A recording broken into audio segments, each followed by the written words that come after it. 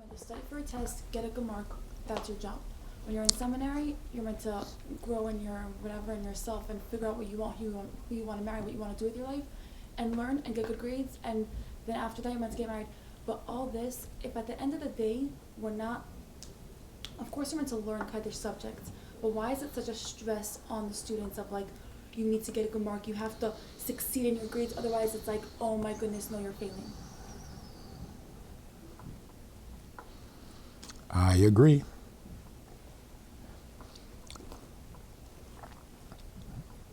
In yeshiva, when I was in yeshiva, there were no tests. What does a test prove? There were no tests. You can memorize information. Yeah. You learned, you studied, because you're a Jew. Not because there's a test coming. Right, but it kind of takes the learning out of it, because like, I I'm know. studying Chumash for the test, and then 2 months later, ask me what I learned last month, I have no idea. I memorized. I'll look up my test paper. Exactly. I agree. Learning Torah should not become a formula of. It's not what we call education. There's some things I regret about it. Like, I don't know how to write a book report. I should. But I never had to, so. So there are some things that are, the discipline of the school system develops some talents for you. But Limudei Kodesh should not be like that. It shouldn't be a contest. Why doesn't anybody change it? It is changing a little bit, slowly. Younger teachers have a different attitude.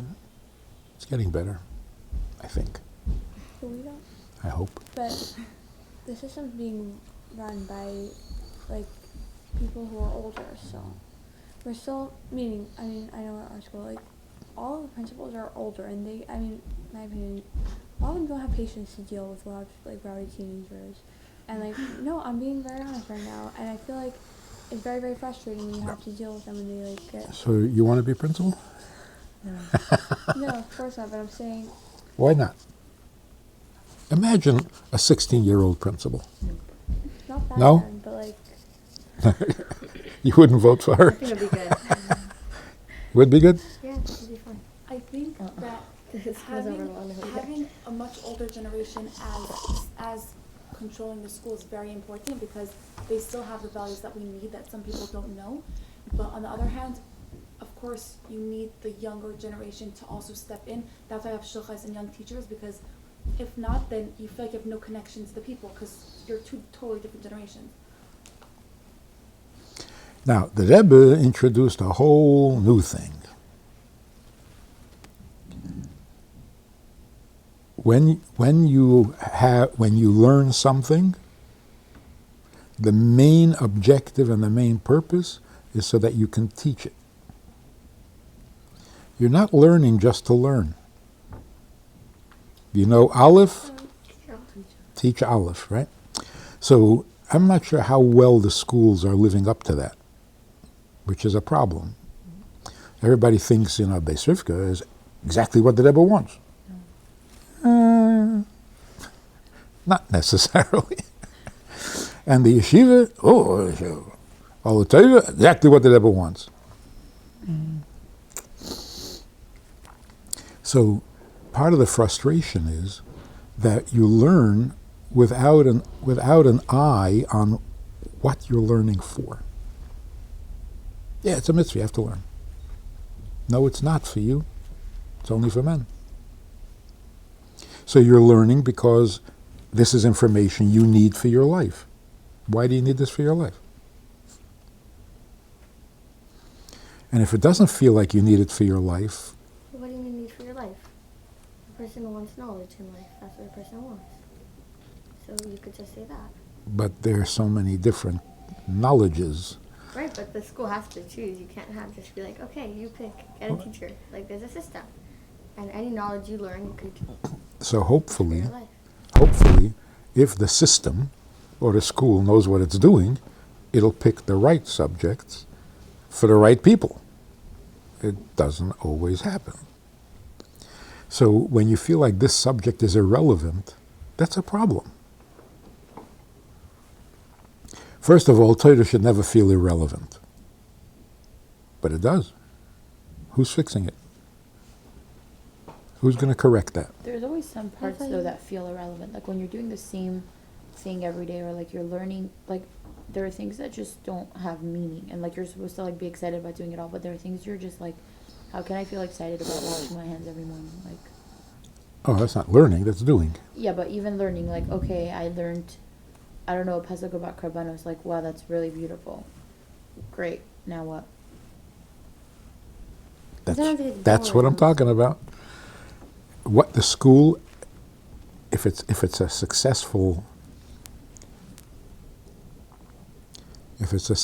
teaching, it should feel relevant. You can't make karbanos relevant nowadays. We don't Then have don't that. teach it. But I mean, it's Torah, either- you have to learn it. No, you don't.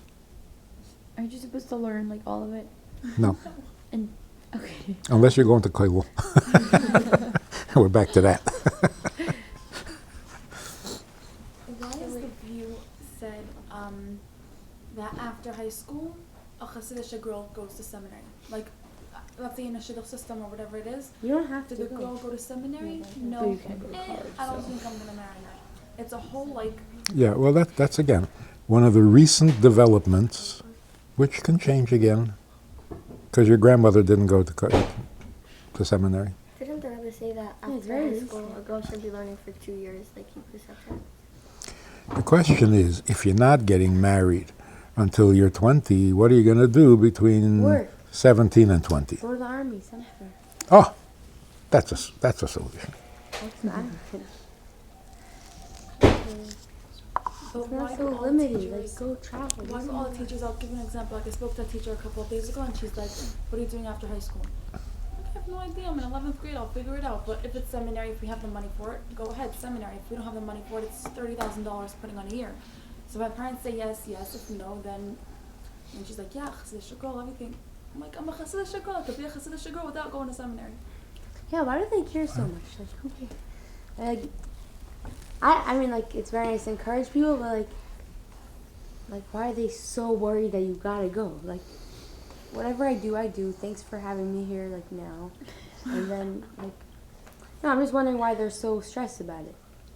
Like, they're stressing about it more than I am. Who's they? Like, the teachers or whatever, the shluchais were talking about it. We just had Shabbat for our grade, and, like, they were talking about it, like, their whole experience, like, yeah, you should go, it's an amazing thing, whatever. And it sounded, like, really cool, travel, it's fun and everything, but, like, why do they want it so much for you? Why, like... And on top of that, Yeah, if but- it's so important, then why are seminaries charging $25,000 per girl? If it's so important and everyone really wants it, then for people who don't have the money for it, help them out. If it's really gonna mess up the girl's life, then send her to seminary. Take $10,000. Okay, you did a mitzvah. It's just stress. You have to, like, fake a whole thing and, like, go to... I mean, I love something, like, go to, like, I don't know, like, shears and stuff. Like, I am not stressing myself out for you, and then I'm paying you for that. Like, no thank you. You know? Like, I'll travel myself. I'll get my own, like... I don't need, like, and you have to, like, apply. I can't just... It's, like, a messed up system. Also, like, I don't get it. Also, we have to take these tests called Gemers. I don't know if it's for seminary or just for B'Sifka, but it's basically we have to memorize tons of information on the 5 Chamashim, on Tanya, and Halacha, and it's a crazy amount, and girls just stress over it. Like, why does my memorizing just a booklet full of information make me more qualified to go to seminary than anyone else? Shows that you really want to. That's crazy. It's like a mad Not scramble to everybody- get into this tiny thing But that only People 5 learn could different fit. ways. Some Yeah. people can learn I by don't memorizing. care for Some that, people I'm can't sorry. learn with a test. Some people And I still have wanna an go. easier time, like expressing it in art or whatever. So everybody's forced to take this test, and that's going to determine if you go in or not. Or if you have connection, then that's going to determine if you go in or not. If you're not from here or you don't have connections, then like, okay, figure it out. Mm-hmm. It's not worth it. No? I'm not gonna squeeze myself in. And even once you're in there, they're like, oh, you get homesick. I'm like, I'm signing up for a homesick, stressful situation. Like, no way. Can't do it. I mean, I don't know. You I are think- raised to be homesick. No, you could go to Beisrivka really, but like, I don't know. It's But not fun. do you really get the same seminary experience in Beisrivka as if you go to Chitruk or Rosenfeld or Yerushalayim No. or Itzliritz or anywhere else? What do you call a summer experience? Like when you go into experience? Yeah, I and then you think get like personally- gross and for brain. Personally, I think seminary is not just for the learning. You can learn another year in high school, stay back in 12th grade. What are you moving out of high school for? If you're going to seminary, it's to be independent, to live by yourself, to find out what you want. I don't think you can do that in the same school that you've been for the past 16 years. It's not independent though. One. So I can It's do not that with my own independent. friends. Of course it is. How is that independent? Can Well, you it's see the whole- independent of your parents Exactly. But, That's like, what I was it's not planning to do independent. anyway. by running away from home. No. Well, okay, first of all, either an army. Second of all, that's different. But living on your own is different. Like with a group of friends, we all like. First of all, you have to have a stable job. We're all gonna rent a house, very clean, neat. Everything's like I was planning to do that anyway. Not like So going to seminary is like a safe way of developing your independence. Okay, I can see that. Or the safest way. Because it's also boring. Right, boring is safe. It's not so boring. Probably it's probably fun. I mean, like. Ooh, listen to this. Should we not? No, I'm just saying. So no army? The stress about it is not worth it. I'm not saying the thing is bad. If I get to skip the whole crazy interviews, all that, I will go. But it's not worth my time and mental stress for that. It's like not worth it. Maybe I'll just show up there. I don't know. I'll figure it out. So I think somebody should open up a seminary for people with no mental stress. Then you would qualify.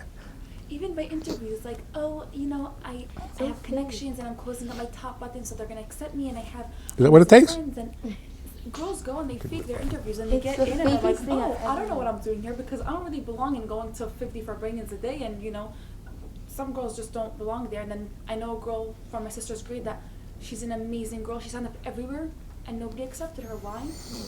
She has no connections. They don't really know who she is. She's not Who's totally running 100% this? Like, Chabad. are they I'm like, even nice A lot people? of Who stuff are is they? good connections. Maybe she hasn't buttoned the button. Maybe. And that Yeah, but should at least she's determine if being she goes or herself. not. She's not faking to be someone else to get into, like, that's wrong. Like, to pretend to be Well, I someone don't you're know. not, to go How do they into. know? I don't know if And they all buttoning your come out button the decides same- who you are. Because, like, this girl is Hasidish, her buttons closed, her skirt's down to the floor, and, like, she sits like this, and, okay. Oh, that, I have no. Like, that's a thing now. really? How do you have to sit? I don't know what you're in, I don't know, no legs crossed and your hand on the table. You get a little stiff that way. So, what is a fabringen? I'm just curious. When you fabring, have you ever been inspired by a fabringen? Very rarely. She's speechless. Like, No, you it's can't- really it is comes out a of her high ear. sometimes. It Yeah? really is. It depends Because it's on- not applicable. What do you drink or something? How do you get high? No, you feel like I just like I think it's more like they trick you into like an emotional thing.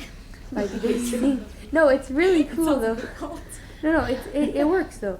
Like singing and like it's more emotional level, or it is just real. I don't know. I think it's just But not applicable. Like, they teach it's about cool. wonderful things that It's not supposed to be can't teaching. relate, that we can't relate. It's not supposed to No, be but you don't applicable get- though. It's supposed to be like a rush, and then you go make it applicable. No, but it's just like, you hear a beautiful story, and then, like, bye. That's the thing. It depends who is the one for bringing with you. If it's someone that you can see yourself connecting to and talking to and really opening up to, and you open yourself up to the bringing, everything's gonna be out there. But it depends if you want to accept it and if you want to change from it, or if you want to just hear what they say and then it's nice. Your story, what you said is nice, and next. You hear a lot of the same things over and over again. I mean, from what I don't really go to bring as much anymore, but like when in 9th, 10th grade, I would hear a lot of the same things, and it gets nauseating how much you hear the same things. It just comes out of your ears. You can't hear it anymore. I don't want to talk about anything real. I'm sorry. These people, like, they're way older than me. Like, let's say 22 or like whatever, shluchas or stuff. I expect them to be a little. I'm not saying. I love them and everything. They're amazing. But like, I don't want to be like that when I'm 22. I want to be way past that. Like, I don't want to be stuck on like ideas that like, I don't know, whatever. Like, you wanna be like something, I don't know.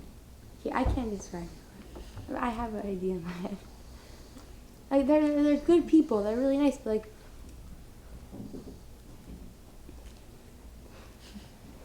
I can't, I think of a word, I can't describe it.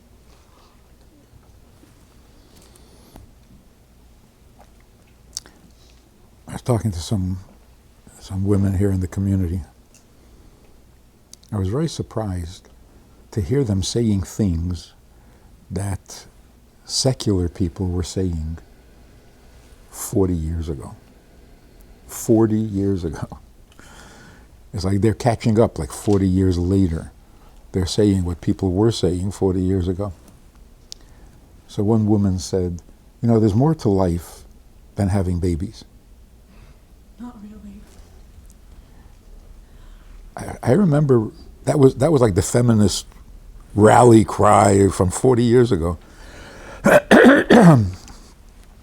So I said, oh, there's more to life than having babies? Like what? She said, like being a doctor. I said, you mean like a pediatrician? Being a baby doctor is more than having the baby. What's more than having a baby? Well, you can take care of the baby. Oh, but first you have to have one. So is there more to life than having babies? If you mean there are other things, yes, there are other things. More, there's nothing more. There's nothing more. Right, when you see like that, tell girls saying you are here just to get married and have kids, it's Just. very like. Yeah. But when you think about it, just, I mean, you don't have a baby, there won't be any pediatricians, there won't be any teachers, there won't be any policemen, there won't be any soldiers. You won't need anything because there's no one to protect and no one to heal and no one to teach. You've basically stopped the world. So imagine women decide, no, we're not having babies anymore because we have more important things to do. And 10 years later, it's all over. The human race has ended. That's ridiculous. But maybe That's actually then- a really cool way of looking. And then another expression was, a woman is not a baby-making machine. Wait. Let me think about that for a second. Yes, she is. Who else can make a baby? You're the only baby-making machine. What are you suggesting? Somebody else should make babies? It just doesn't sound nice, that's what they mean. Huh? They Yeah, don't the mean word like- machine. The word machine sounds a little Yeah. fine. Don't be so sensitive. You're a baby-making machine. but And it's not, you're just a baby-making machine. Just? I don't make a baby, you're out of a job. So you're controlling the whole world. There is nothing in the world that doesn't depend on your having a baby. Or somebody. Somebody better have a baby. So they say, I want to be a politician because I want to make society better. What does society mean? You mean my baby? What is society? I want to make the world better. You mean trees? You want to make the weather better? What do you want to make better?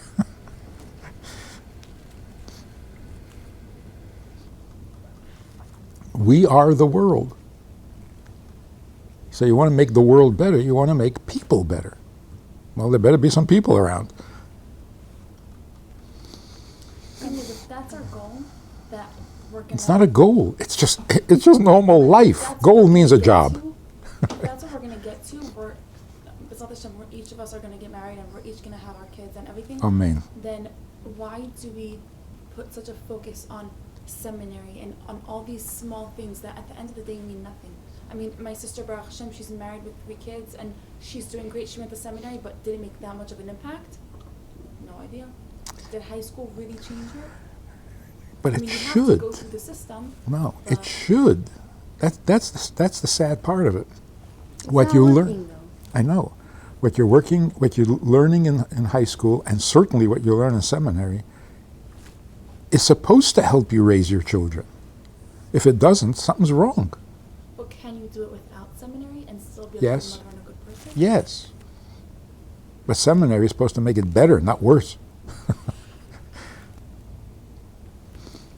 That's what I'm saying. If you're not learning stuff that is relevant to life, it's frustrating. Education for the sake of education, that's bad news. Even Bachrim are suffering from this. God, they know it's a mitzvah for them to learn day and night, Yom V'Layla. But when they keep learning stuff and they can't imagine how this is useful, it's frustrating. That's why many Bachrim hate Gemara. A debate, a question, an argument. Just give me the conclusion. What are you dragging me a cup? You know, if the Tanoim and Amoraim couldn't decide back then, like, what do you want from me? Let them figure it out and come to a conclusion.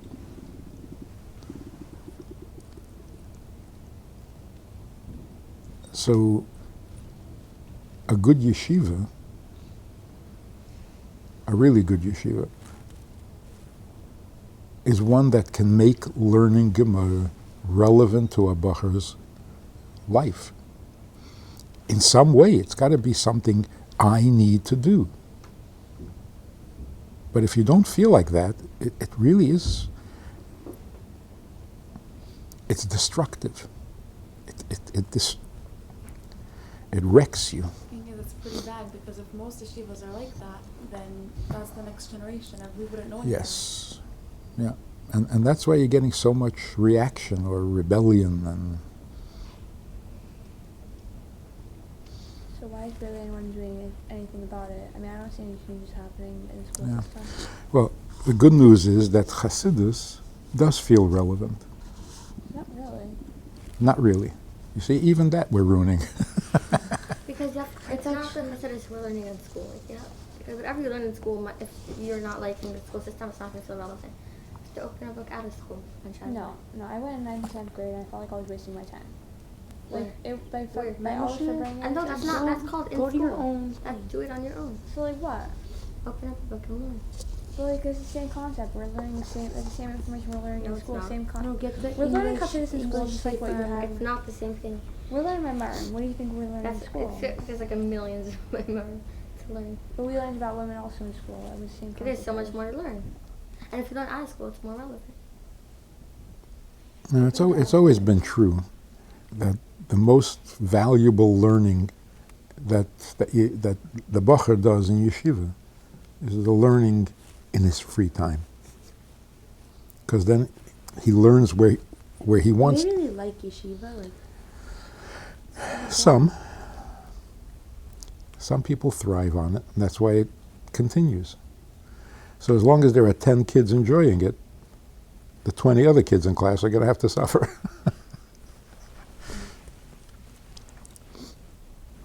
On a whole note, we were talking, Bash was talking about like music and movies and TV shows and books and all that stuff. And of course it has an impact on a person, but what's with the religious singers that, I'm not going to say names, but religious singers that you don't know that their beats or whatever are for sure from a good place, and you don't know what they're doing behind their doors. What does it make what's the difference between that singer and a singer that's not religious but is Jewish? Well, there are a few yeshivas who don't allow listening to any singers. so what are Crazy. they listening? Hmm? Our school Well, usually listen doesn't to let it. anything. They don't listen. They sing Chassidish and Egunim, and that's But all. that's not enjoyable. No? I don't find that. I don't. No one could find- possibly enjoy that. I'm sorry, you have no life if you can't. Like, no, There's- I mean like, There's remixes. I've been told Ew. when they put on Legunim, it's hard. I'm not saying that it's not. I don't think that's going on by my wedding. My wedding, I'm having the music, but I'm saying like, even with the singers that are religious and that aren't religious, how can you differentiate between what they're doing? Like me personally, I don't have the drive to only listen to all the religious singers because you don't know what they're doing behind their doors. You don't know what's going on. I can tell you, Avram Fried, can't trust him. There are yeshivas who do not allow listening to Avram Fried.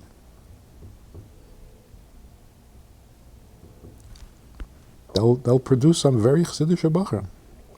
2, 3. What does it mean, Hasidic? I don't know. Is it better to be Hasidic or a good person? Whoa. It doesn't go together. Like some people It put doesn't their go- main focus No, on being obviously no. Hasidic. Like before saying I'm super Hasidic, I'm doing this, I'm not listening to music, I'm learning Mamer, da da da.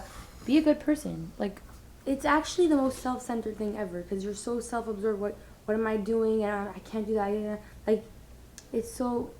Oh, so they're really interesting, weird people. I mean, like, I don't know, whatever. Wait. Who is they? What just happened here?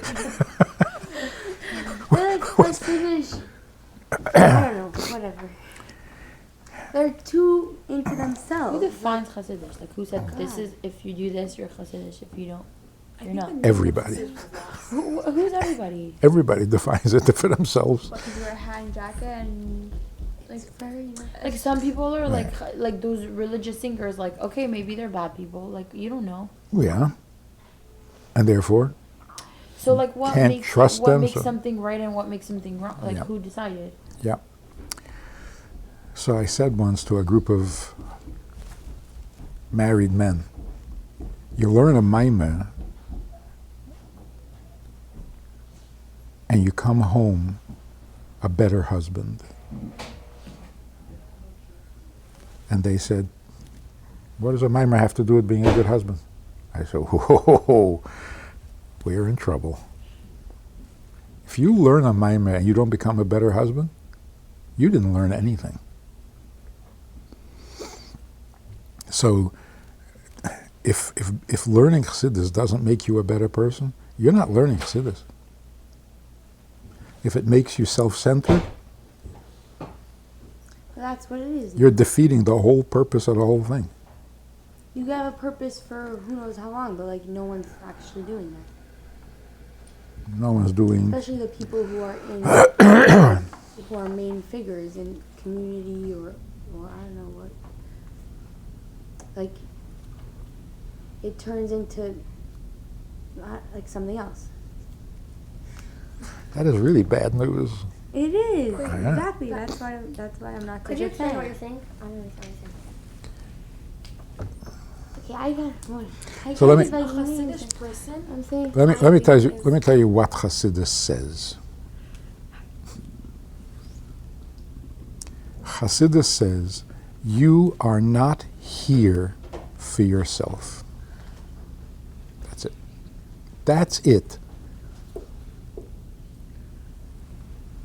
Before Chassidus, everybody believed my life is for me to make it the best it can be.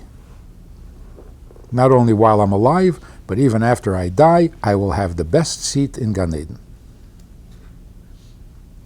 The Baal Shem Tov came along and said, that is nauseating. It is. You're here to be here? So Chassidus says, you are not here for you. That's it. Put that in your pipe and smoke it. Now listen to what's happening now, 300 years later. People are cracking up. Really. Young people, successful people, they're cracking up. Why? Because they don't know why they're here. It is a crisis. There's this guy who's suing his parents. Heard about this? oh yeah, What? Catch me up. suing his parents for them giving birth to him without his permission. Oh my What? god. Yeah. Yeah. You didn't hear about it? How would he even give his permission though? That's a good question, but So that's why, you know. You don't have a choice. You're That's the thing. Like it's actually like been taken to court and stuff. Like it's well, they actually threw it out of court. But he beyond. denies to get to court. But he's expressing something that a lot of people are feeling. I don't know. Why'd you give birth to me? Why am I alive? Even young children, I didn't ask to be born.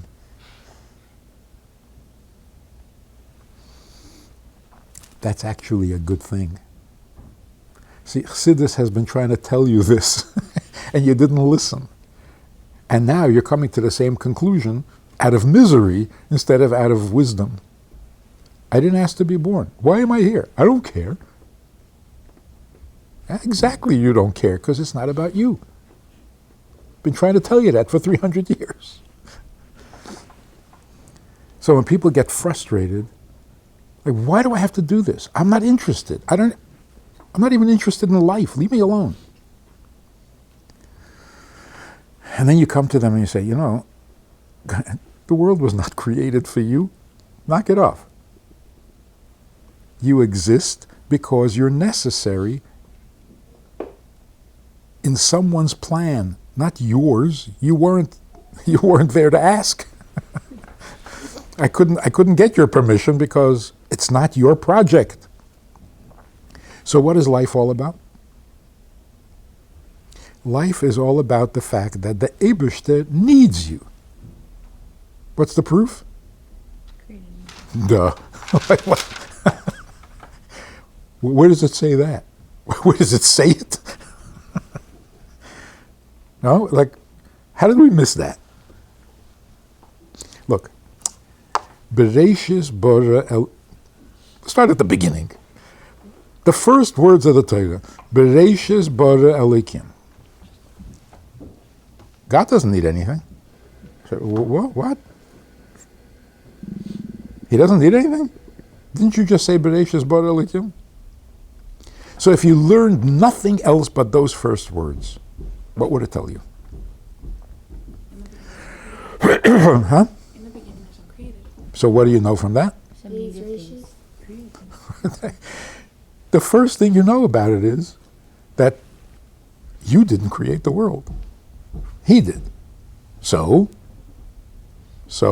Needs you. Huh? He needs you. He needs. Why didn't he ask you? Why didn't he ask you before he created you? You weren't there. Wait, but how does learning, let's say, like we're learning right now, like at something based or being a Chabad, how does that help me to become a better person or to just like, it's not something that's relevant to me right now or like That's terrible. no, but like. It is. If it doesn't feel relevant, something's very wrong. How you connected to it. But that actual being But tired. but the idea that if you're a chassid, you're not necessarily a better person, that's not possible. But that's what. So then that's none what of us it are is. Is a good Chassidim, person, though. If So they're not real person- Chassidim. They're not real It's It's Chassidim. really sad. They haven't learned chassidus. If there's a person that's So learning, don't say they're and they're going on Chassidish. Why are they being called Chassidish? They're Who are you calling talking themselves about? Yeah, who are you Hasidish. talking That's about? different. You know, A lot of They have people. Chassidushim and Hagim. I can say names. They have No, Chassid- like But listen. people who Listen. are like even heads of things and like Yeah. or Even they if were they're having something, they didn't say they're Hasidic. that I'm gonna have the time and the energy to put on my children and on my family. Why is it not okay for me to get mean my you degree? won't have time? And then, but Can you pass the microphone? Is it wrong to want a career and a family at the same time? Like, as long as you have your priorities straight, is it wrong to want to have a job and to want to have a life besides? Obviously, you're like, the children should be your priority, but like, shouldn't like you have something else for yourself? No, two things. First of all, college is terrible. When the Rebbe said not to go to college, everybody was surprised. It was a long time ago. Colleges were not so bad. Today, even non-Jews are saying, if you send your son or daughter to college, check up on them, see what's going on. It's a dangerous place. Besides which, unless you want to be a doctor, you don't have to go to college.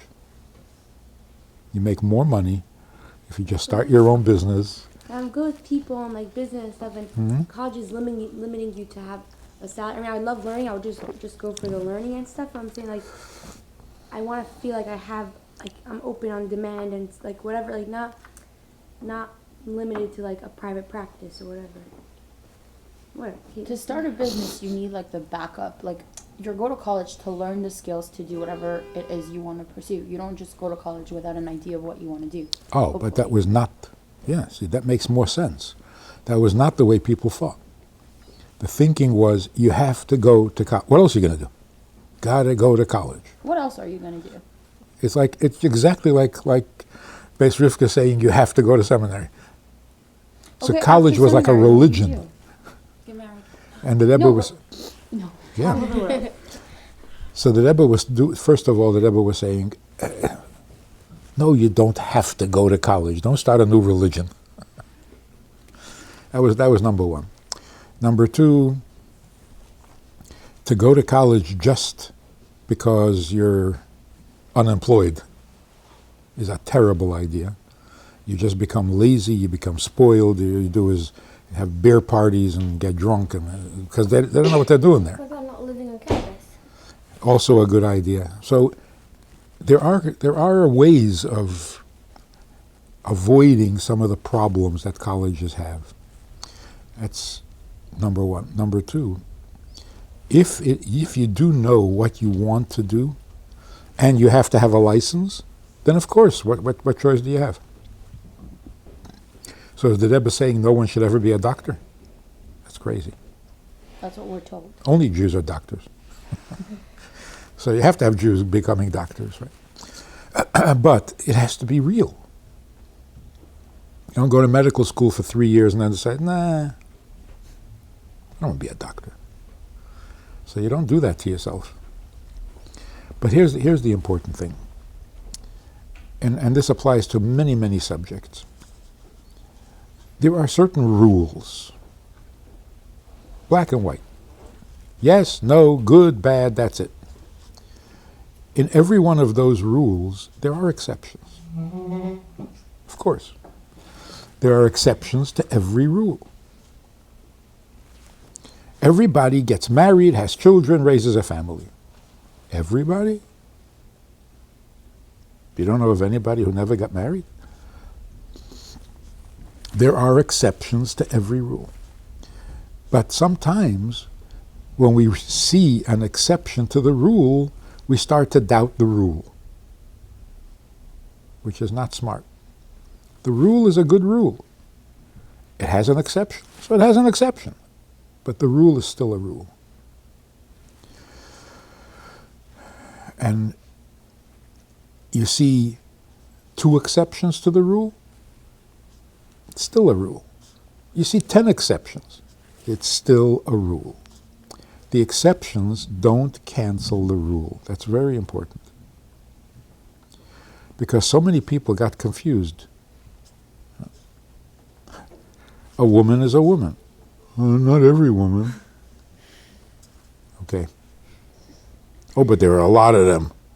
Fine. It doesn't change the rule. So that's an important thing to remember. Also, when there is a rule, you put yourself on the side of the rule, not on the side of the exception. Because what does it mean to become insane? To start to think that you're not part of the rule. Oh, I'm weird. Oh, okay, there you go. Bye-bye. So you always think of yourself as being the norm, not the exception. So sometimes, so many women who are married, not having children, they're worried. And you try to encourage them.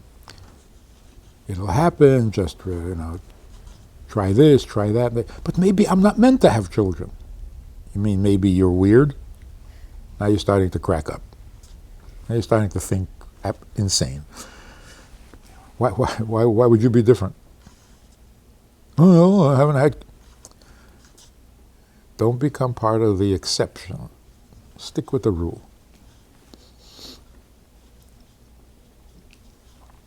That was like, in essence, the Rebbe's answer to so many questions.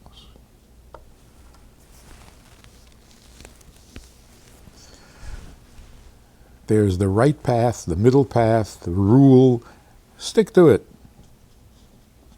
I don't think I'm so normal. Uh-oh. It has to remind you, yeah, you're normal. So if you really have an urge or a need to become a doctor, to become a scientist or whatever, okay, so find the best college for that subject and go for that subject. You really can't. You have to take a little math, and you have to take a little history, and you have to take a little just to get whatever.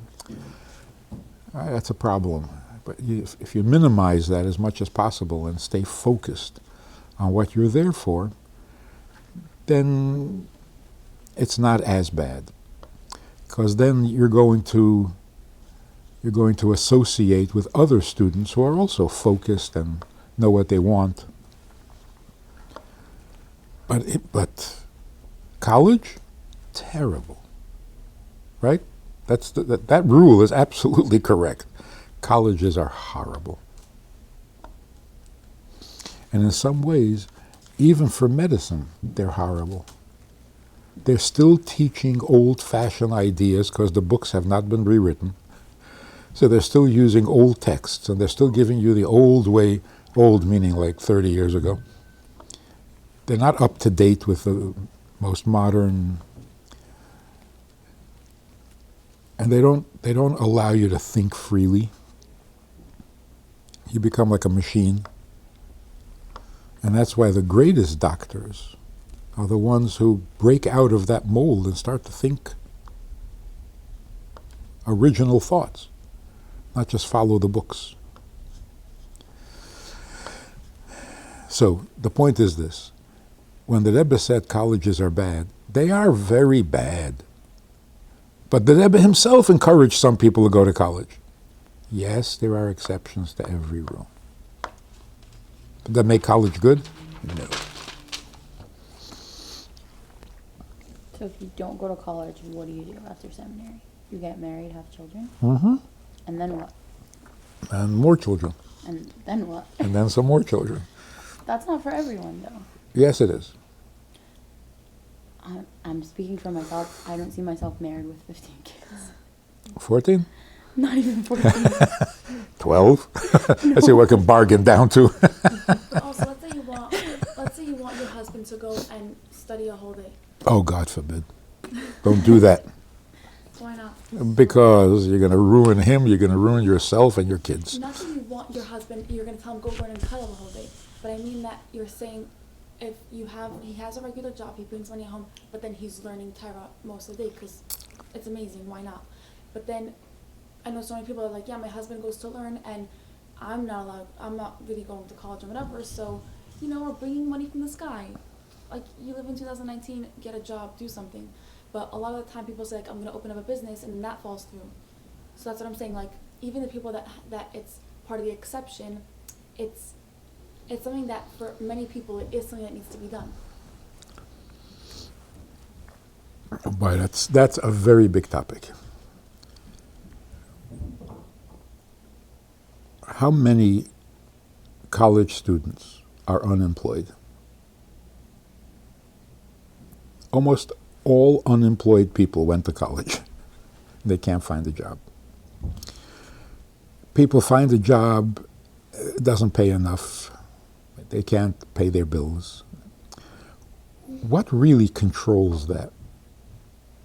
What can you do to make sure you'll have enough money? The answer is nothing. Wow. There's nothing you can do to guarantee you're going to have money. People who have no brains whatsoever open a business and they become millionaires. And the smartest people are driving taxis because they can't find a job. It's amazing. This is completely out of our control. Parnasa? So there was a really delightful chassid who had lived here many years. He had a butcher store.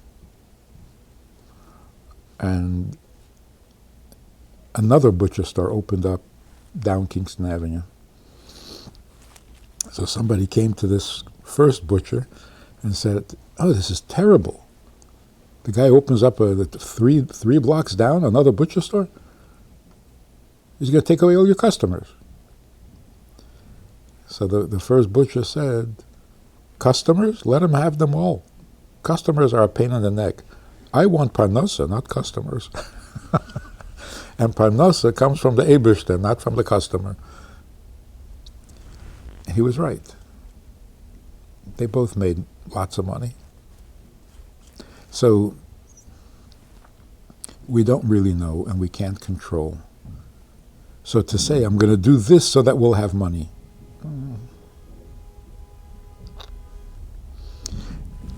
The Rebbe said many times to people, you have another child, it opens up a new door for more money.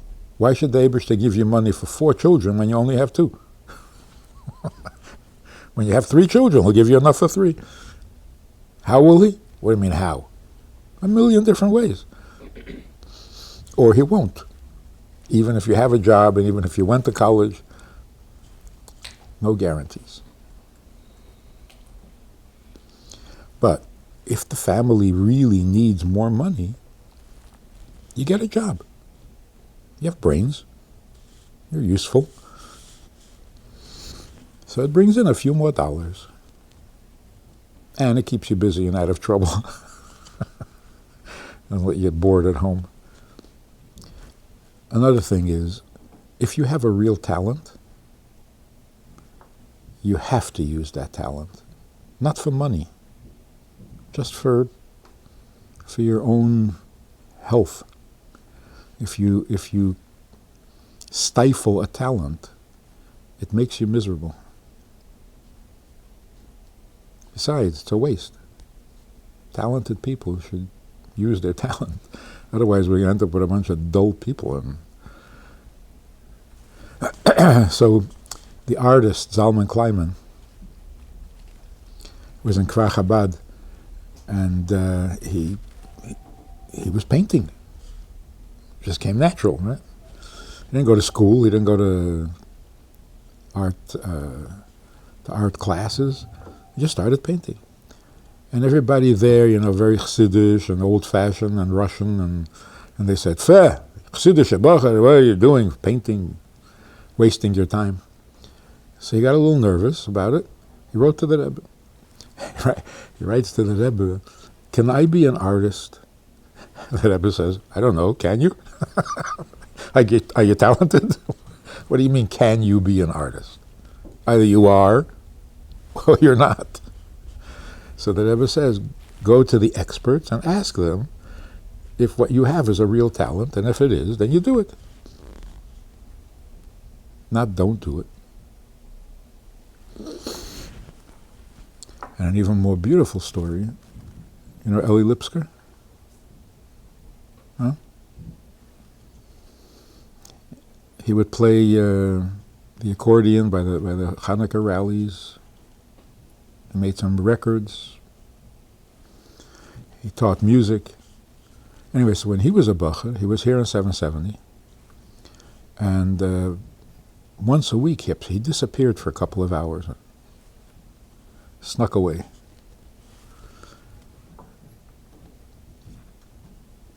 So when they reported, the Hanhola reported to the Rebbe what's going on with the bacherim. So when they came to him, they said he doesn't come. He doesn't come regularly. He disappears. He doesn't come to the Seder. So the Rebbe said, find out where he goes. Don't just complain that he didn't show up. Find out where he goes. They found out that he goes to take piano lessons, music lessons. So they wrote to the Rebbe and they said he goes for music lessons. Listen to this. The Rebbe said, who pays for them? How does he pay for it? The Lipskers in Eretz Yisrael, they have 22 children, or 20. So he's one of them. Nobody's giving him money for piano lessons. How is he paying for it? So they went and they asked him, how are you paying for the piano lessons? He says he scratches together, he asks for loans. So they told the Rebbe that he's borrowing money to... Listen to this. The Rebbe said, from now on the yeshiva is paying. And they were shocked.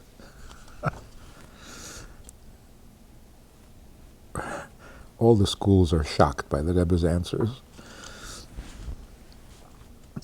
So the Rebbe said to them, you'll see, we'll have a lot of nachas from him. It's not like he's going down the tubes. No, he'll be good. But you don't stifle a talent. Even if the yeshiva has to pay for it. It was amazing. What else is on your mind? Yeah. Question about from before. So, first of all, when like I'm older and like let's say I have kids and they all grow up, I don't want to be like stuck at home with nothing to do suddenly. Like I would like to have a degree and be able to like use it if I need it later on. That's fine. I'm not sure you need a degree to be useful. Right. But See, like, that's a myth. But like Once you retire, what are you gonna do? What? Once you retire, This is you want to retire. Like, that's unless your you're, point. like, You're not gonna be able incapable to of work working. like from 9 to 5 every day. Well, of course not. But like at least you have something to do. At least even for a few hours every day. Like Yeah, what if your degree But, like, expires? yeah, but I'm saying something. Let's say even just getting your undergrad and being able to use that to like get something. In other words, you want to be able to do something. Yeah, like not be a playgroup Yes. teacher. Yeah.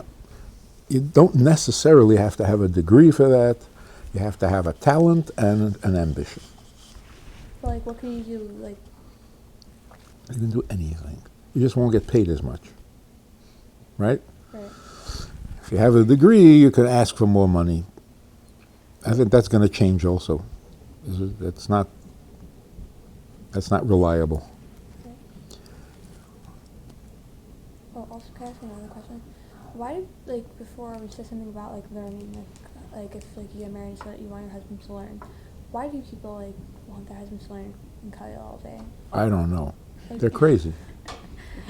Wait, so it's not something that like stems from like a Torah or whatever? No. Okay. Doesn't say anywhere that that men learning brings brachas into the house.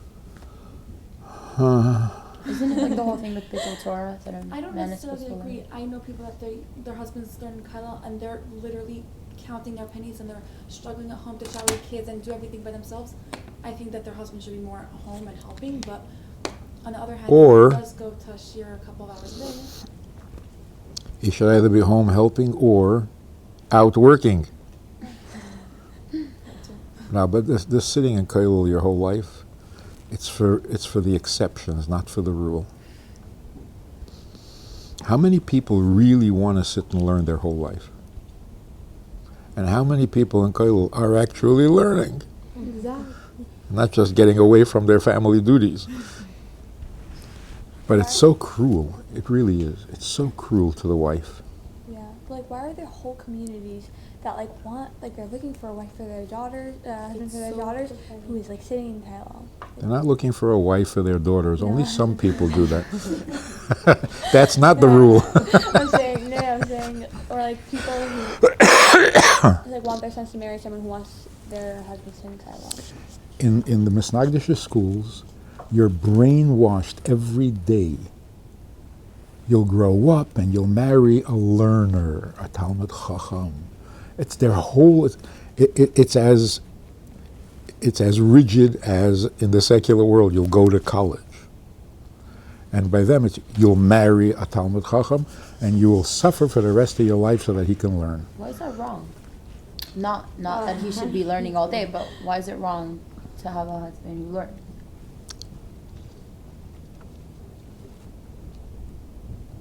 Saying who's to say like which movement is the correct Also, some one? people like their parents support them, and then they could do that. Oh, okay. So, given very Not the money, specific it's not that he's not home. circumstances, Why there's a price tag on every bacher, and then you have to pay. you're not. That's not a joke. I know. If he learns more, or if he's going to be a real learner, you have to pay more to marry him. It's horrendous. They become so arrogant. They become so and they look down at their wife like you're just here to let me learn. What? Excuse me? So what it does to the character of the husband is horrible. Spoiled brats. I have a question on like what we were saying before. The whole thing with parnasa is so unsettling because on the one hand, like you're told, you just have to have imuna and bitachon, and you're not in charge of whatever like is gonna come. But on the other hand, you're supposed to make a keli. So, what does that mean? If you're not like, you have to do something in order to get money. You can't just sit at home and say like, oh, Yeah. God will provide. Like, So for 5,000 years, people made parnasa, and there was no such thing as college. how? How? They made a product and they sold it. They Yeah, but the times evolved. Like now, it's not the same way that it was 5,000 right. years ago. Right. That's the message that we get. That today the only way to make money is to have a degree and to have, but that's changing. People are now saying, no, you'll never get rich if you go to college. Because then you'll just get a job, 9 to 5. They'll pay you a certain amount, which they pay everybody for that. You'll never get rich. But you open a little store in Crown Heights. And you don't open the store till 11:30 in the morning. And then you close at 5 because you're bored. And you make a fortune. What is that? Like some people make enough money, like right now, out of Purim, they're going to make enough money, just Purim foods. Make enough money for the whole year. They can close the store the rest of the Remember, time. it's also about doing something you like. Huh? It's also about doing something you like. Like you want to have. That's wonderful. If you can do something you enjoy, that's a real blessing. So if you don't want to open up a store. Like what I do. So that's good. It's very good. We started Beis Chana 50 years ago. So I'm sitting there learning all day with a bunch of women who just want to learn. And it's fat. And they pay me for this? That's amazing.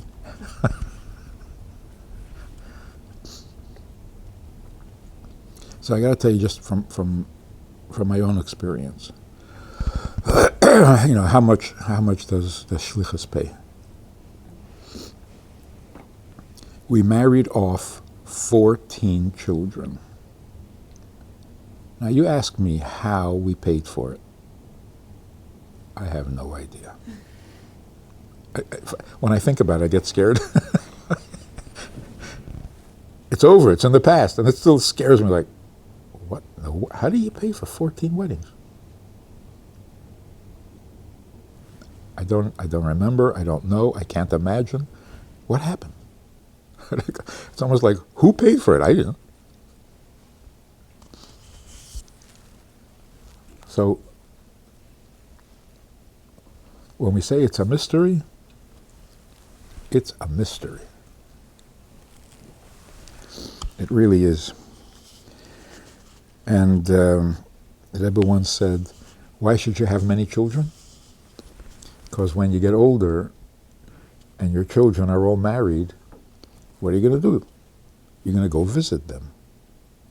How long can you visit your daughter or your daughter-in-law before they throw you out? So you can stay 2 weeks, but then you got to leave. So if you have only 2 children,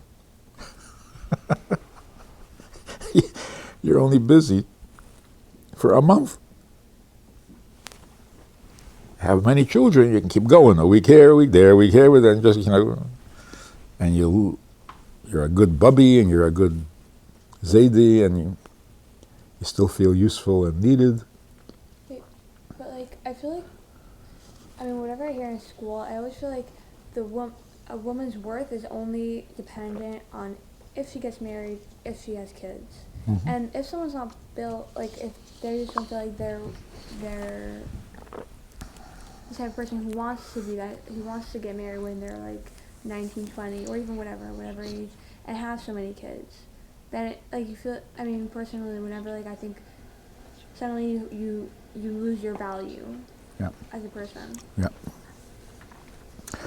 Look, there are things that different societies come up with. And then there are things that are just nature. For example, why do women have babies? Why don't men have babies? Huh? It's a good question. Yeah. No, it's not. Why not? Like, who decided that women should have the babies? It's a good question. No. People woke up and said, women have this thing with which they can make babies. So who decided women should make babies? Nobody decided that. I don't know, like, who's the first woman to get pregnant? I don't mean in reality, emphatically. Imagine the first woman nobody else, no one ever was pregnant. The first woman just got pregnant. Said, what the heck's going on? Who did this to me? So they discovered what a woman is. So it's not like you teach women that they should have babies. Don't teach women to have babies. In our society, we believe women should have babies. What are you kidding? Well, no, not like we believe women should have babies, but like that your only worth is if you get married and if you have kids. Not your worth. But, Your sanity.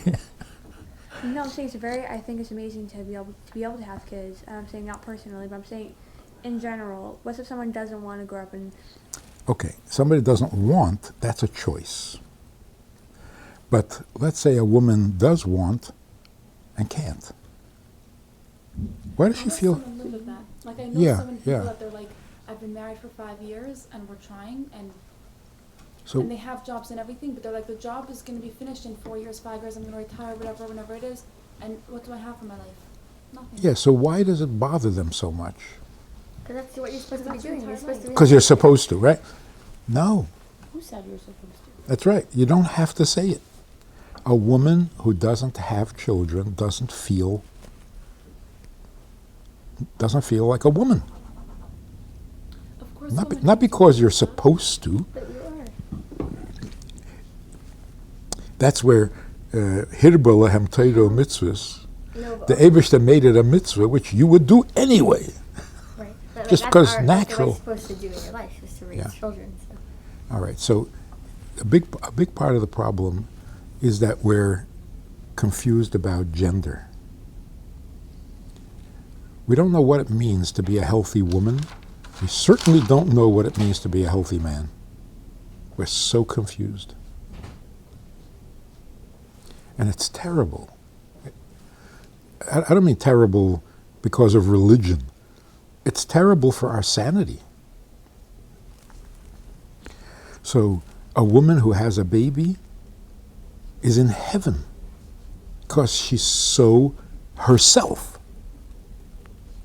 A woman who can't have a baby is like, what am I, not a woman? It really hurts to the core. It also hurts the man though. Yeah, what do men feel if they don't have kids? Like, what? I'm just asking. It's different. A man who doesn't have children feels like a failure. But he's not. It could be that he's not the problem.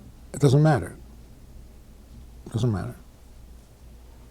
The woman who can't have children, it's not her fault either. So no, it's not a question of blame.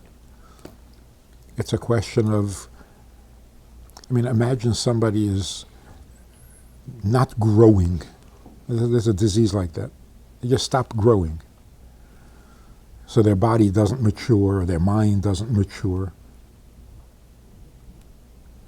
So they're in their 40s, but they're still 15. It's not their fault, but it's horrible. So having children is not a mitzvah, an obligation, something the community expects you to do. It's you becoming complete. Your body wants to produce a baby, tries to produce a baby, and doesn't. That is so frustrating. Even if you don't want to have a baby. You know what I'm saying? It's a struggle between your opinion and your nature. So your body keeps saying, where's the baby? You go through the cycle. Every month you think, oh, okay, the body thinks, okay, this month I'm going to have a baby. No. So you tell yourself, I don't want a baby. I don't care. I don't want it. And your body says, excuse me? What do you mean, no? Yes. So there's that internal struggle that makes you crazy. Which is very different for the man, because for the man, it is a mitzvah. And it is an accomplishment that he's supposed to be able to claim, I became a father. So if he can't, or if it just doesn't happen, he's disappointed. He feels like a failure. But it's not his body that is complaining, like for a woman. So we have to, it's amazing that we have more respect for nature than the secular people. Because they're convinced that everything is your opinion and your feelings. Nothing natural. So a woman doesn't have to be a woman, a man doesn't have to be a man. Even if you are a woman, you don't have to have babies. You don't have to have babies the normal way. You can go to a laboratory and they'll mix it up and they'll put it in a tube and they'll make you a baby. It's so crazy. It's just crazy. And that's why we have a crazy society. And by the way, it all starts in college. Literally, they say to you, you have to be open-minded. Just because you're a woman doesn't mean you're a woman. Think open-minded. It's insane. I have a question. Like school and in life in general, it's always like you're in high school, you're learning Chumash. You need to feel like you're what? Why? If Hashem created the world, then you are. Love yourself. Why do you need somebody to love you? You need to You feel don't. like what you're doing is you do. Oh, yeah. Validation. According to psychology. Hey, we don't have to go by psychology. All right. So That you're why? good enough for someone else. So why Since did it's not about why did you, the then- secular world come up with this idea that you must have love? Because everything's about them. They don't That's if feel you like need someone to love. Hashem needs them or whatever. If you think you're fine. But the without mistake love, that they're you're making, You're not. you're listening to this? The mistake that they're making is they instinctively know it can't be just me. You have to love me. Why do I need you? Can't be just me. I love myself and that's enough? No. But they're making a little mistake. I don't need you to love me. I don't. I love myself plenty. I don't need you to love me. I need you to need me. We need to be needed. We don't need to be loved. I mean, it's nice. But we don't need to be loved. We need to be needed. Why? Because it's not about me. So if I don't need to be born, and the Eibishter doesn't need me to be born, then what's going on? So the human need, which psychology does not understand, the human need is, who am I necessary for? I'm not necessary for myself. So if you really need me, it gives me a purpose. If he really needs me, wow. Amazing purpose. Make sense?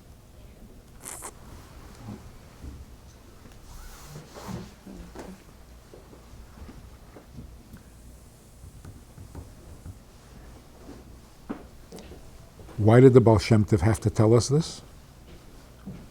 Because religious Jews got it into their head that the whole Torah is for them. That the Eibishter doesn't need you. He's just doing you a favor, telling you how to make your life perfect. So they were all depressed. There was no simcha. So why the Jews thought that what? That all the mitzvahs and all of Yiddishkeit is not for the Eibishter, it's for them. So that they can get to Gan Eden, so that they can be a Gadol, that they can be a Tzaddik, that they can be... And it was so depressing. So am I a Tzaddik?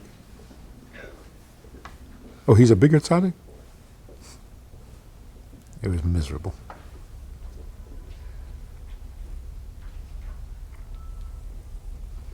So what does it mean to be chilled? I don't know. I was thinking about. I don't know. Whatever. Like.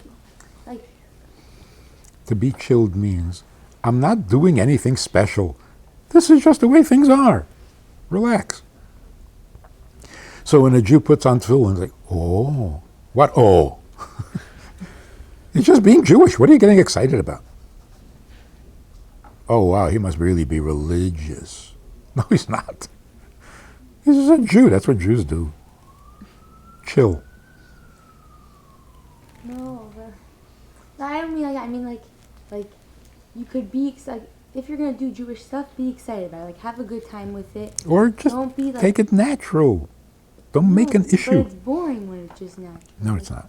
It's like breathing. Breathing is boring? Try not to. See, and that's what Mashiach is going to do. When Mashiach comes, all the mitzvahs are going to be just natural. I mean, a religious Jew, a non-religious Jew. Just Jews, Jewish.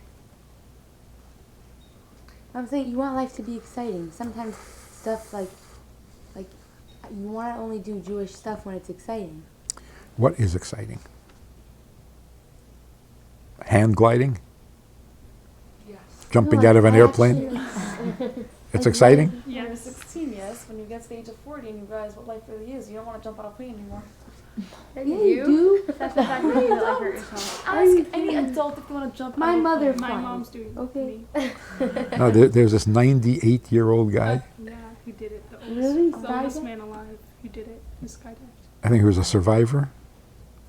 Am I mixing two stories here? Oldest woman was 92. And she survived? Wow. No, the oldest person to jump out of a plane. He's gonna be nuts. Not the oldest person in the world. He thought it was very exciting. I agree. I'm glad he didn't have a heart attack. It's a little dangerous for a guy that age. You know? From the excitement alone, you can die. How is that exciting though? Like you could. Oh yeah, it's exciting Because How? the Why? Adrenaline. because it blows your fuses. The adrenaline and feeling like being on top of the world and flying, and it's the seat. But that's a different kind of excitement. That's an excitement because you're doing something unnecessary, unusual.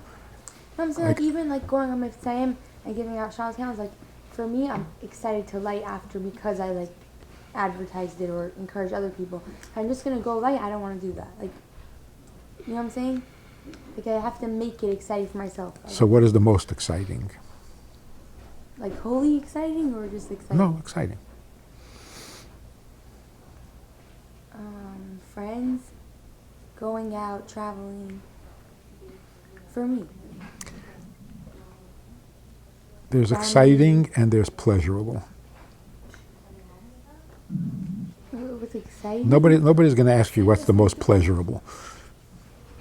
Like a wedding is exciting. Yeah? Like you mean like a feeling of excitement, like I'm anticipating. No, an overwhelming feeling of. If you go on Miftzayim and you give somebody candles, and then she writes to you and says, "You've changed my life." It's not exciting. It's exciting, but it's like more like moving than exciting. It is. It is for us the most exciting thing. There was this guy who was not a Lubavitcher, who says that this Lubavitcher guy came to some place and he had the opportunity to put on tefillin with this guy. And you know what that means to a Lubavitcher. So the world knows that we have this crazy thing that, what, if you could put on tefillin with somebody? Most exciting. In other words, when you know that you are serving someone else, it is more exciting than anything you can do for yourself. It is. And the Rebbe did that to us. Without Chassidus, without the Rebbe, Yeah, so what did that do for me? So I'll put on tefillin with the guy. So what will that do for me? A chassid doesn't ask that question. What will it do for me? Nothing. You're a worthless being. Can you at least be helpful?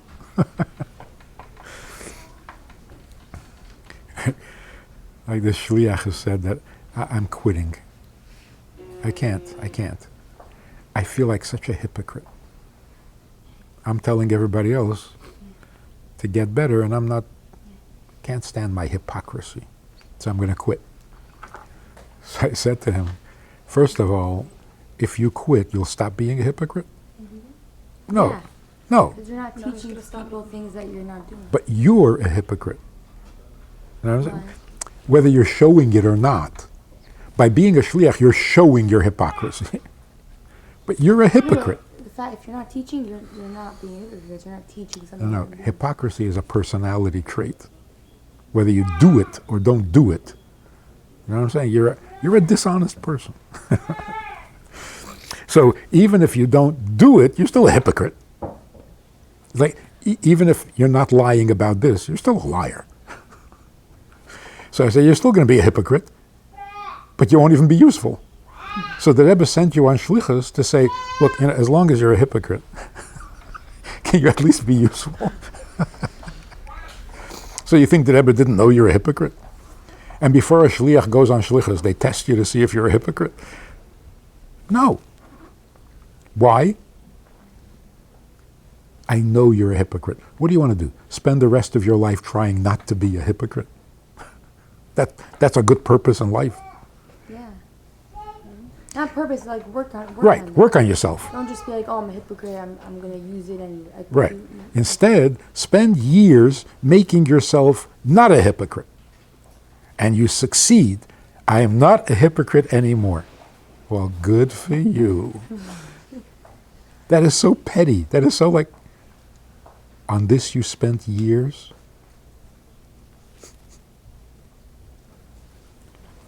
So you see the whole secular world. Diet, jog, get healthy. What's wrong with jogging? Not the obsession. Not obsession, but if you're doing exercise for yourself and eating healthy for yourself so that you could continue living, you have to eat, you have to sleep. So it's not for yourself. Why are you calling it for yourself? It's not for yourself. It's Then it's good. But this emphasis, It is for ourselves. It's not. It's so that you could keep. It is, if it is for yourself, that's petty. Don't boast about it. That's like, I ate breakfast. Well, good for you. But I can't believe that nobody, you're thinking, oh, I'm eating breakfast to, you want to eat, you eat. Right, so you don't boast about it. You don't boast about it. Yeah, I ate breakfast. Yeah, I jogged. Well, I gotta breathe, no? But they say, I'm a jogger. Oh, you're a jogger. You see what I'm saying? It's like, what is that, a new... boast about it, you could... What is there to boast about? You could enjoy Because you took care of yourself?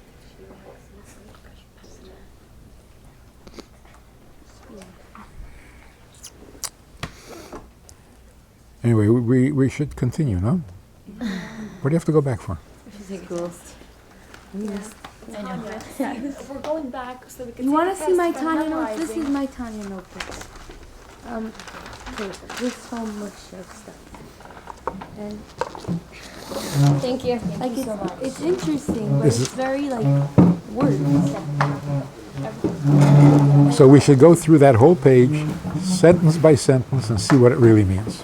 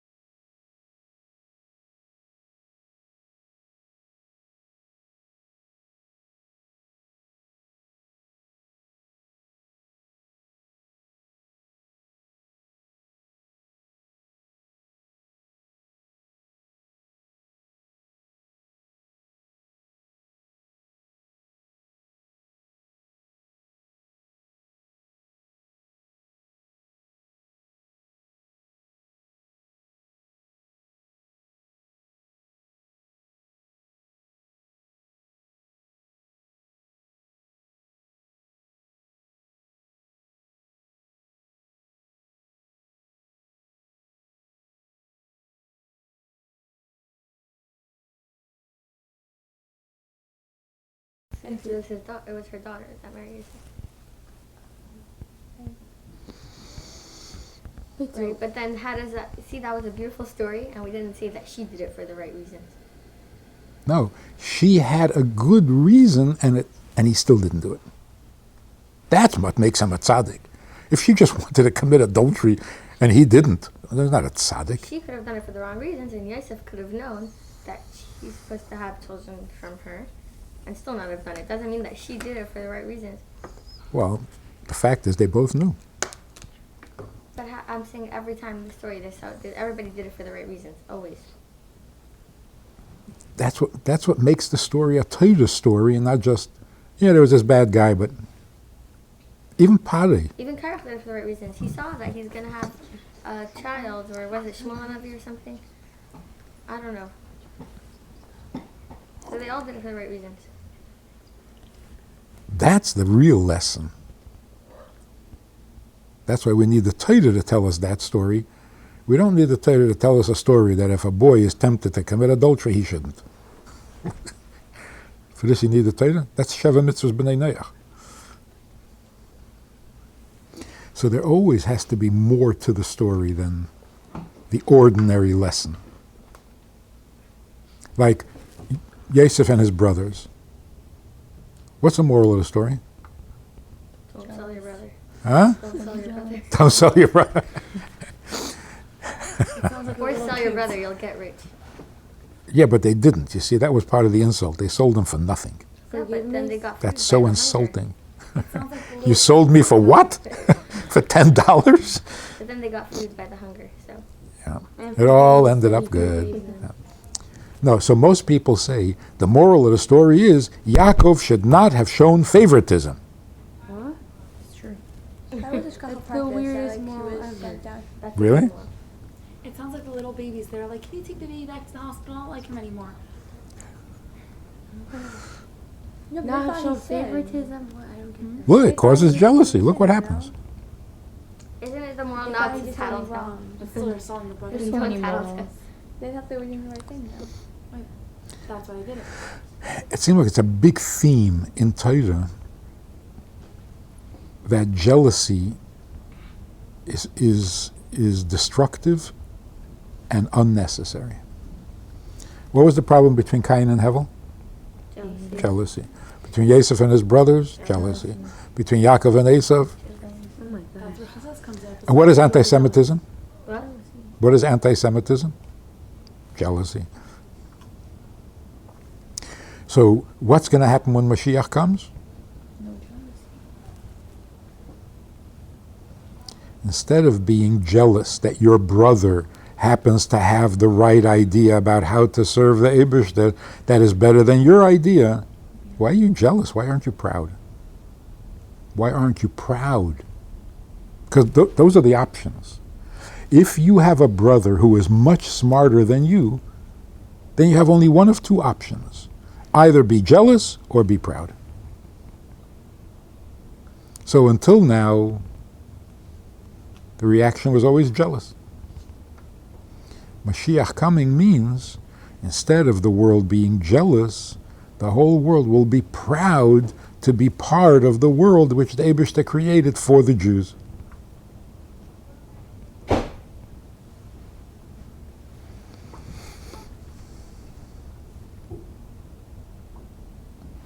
But you're right. When do you stop being jealous? It's not about you. Oh my gosh. Back here. It's like the bottom thing. Mm-hmm. I feel like if your entire life, school, seminary, getting married, having kids, at the end of the day, if you think that it's not for you, then life is perfect. Yeah. So what was the other thing the Baal Shem Tov taught? Simcha. Simcha. You see the connection? Wait, what? When it's not about you, you become happy. If it's not about you, you can really have Avos Yisrael. If it's not about you, you can really be happy. See that you're What- being happy. What else did the Baal Shem Tov teach? That the Eibishter is creating the world every second, because if he doesn't create the world every second, the world will stop existing. What is that? Huh? Not about you.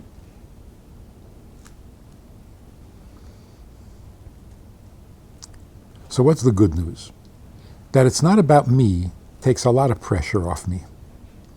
I mean, think of it in terms of school, or even parenting. It was always, until the day Hashvi'i, it was always, what's going to be with you? What's wrong with you? Why are you like this? Why don't you do? When are you going to become a mensch? You have responsibility. You have to do. You have to become. You have to. A lot of pressure. The truth is, you don't have to be anything. You don't have to become anything. You don't have to do anything. The pressure's not on you. You didn't create the world. So where's the pressure? The pressure is the Eibishter needs you. The pressure's on him. He created the world. The purpose of creation is his purpose. So how did I become anxious? It's not my problem. Right, but also like that is like, let's say you get to that point that not everything's for you, and then you're living and everything, and then something happens. Like, I don't know, somebody needs to have a baby, someone passes away, all that stuff. It's very hard to get back onto the point that not everything's for you, because it's like, I was doing great, I did everything for Hashem, I did everything for other people, and all of a sudden, boom, something happened, and then everything just... And all of a sudden it's all about me again. Yeah. That's where you have to bounce back. To get back to sanity means you get back to it's not about me. That's how you get over a grief or over a tragedy. But here's the positive good news. If the pressure is not on me, then it's on him. Which means I don't need this at all, but he needs me desperately. So there's got to be two parts to this picture. It's not about me, but I'm absolutely necessary to him. So it's not enough to say it's not about me. You got to finish the sentence. It's not about me. So? But I'm absolutely not. So it's about him. So he needs me. Well, if he needs me, then he needs me infinitely, because he doesn't know how to do things halfway.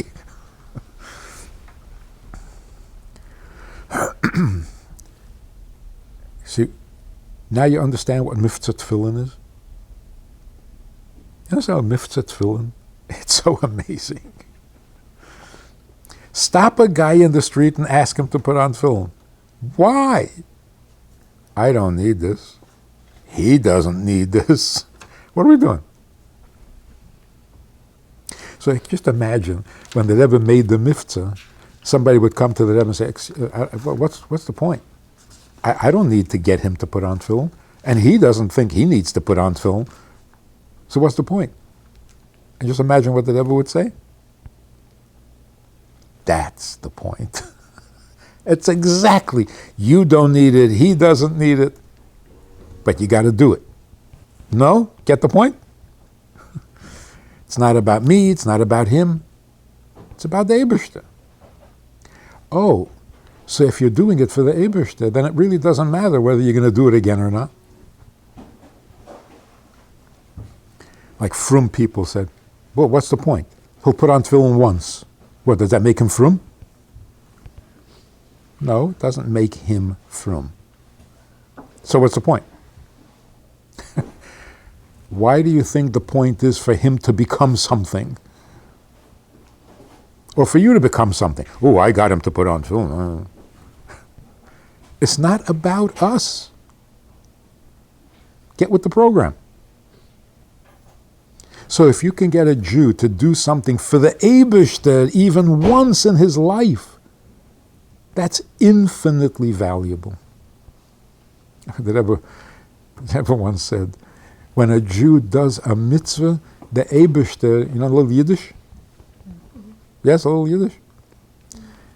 The Rebbe said, the Eibishter tzatzkitzach with that forever. You know what tzatzke means? A toy.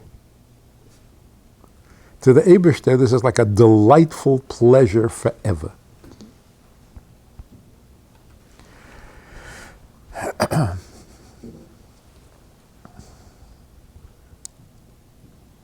So,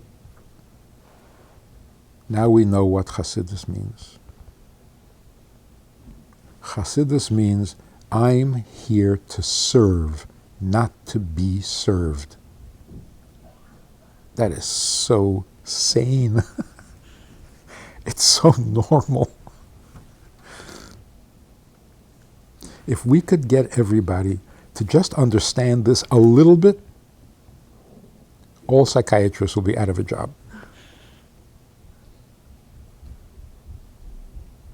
Can you imagine a person comes to a psychiatrist and says, I'm feeling so, nope, my mother never loved me.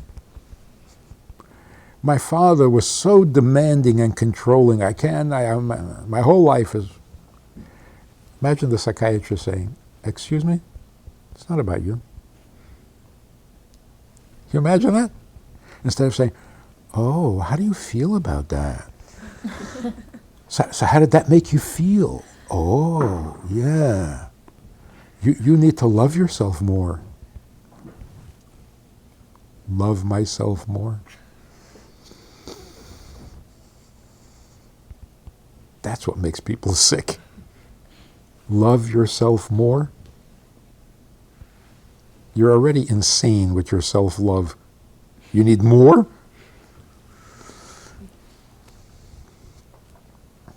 So again, going back to the school. You have to. What's wrong with you? Who's going to marry you? You're never going to do a shidduch. So what is this? What is this attack against me? I'm never good. I have to, I must. Excuse me. I didn't even ask to be born. No pressure on me. Sorry. I didn't create the world. What do you want from me?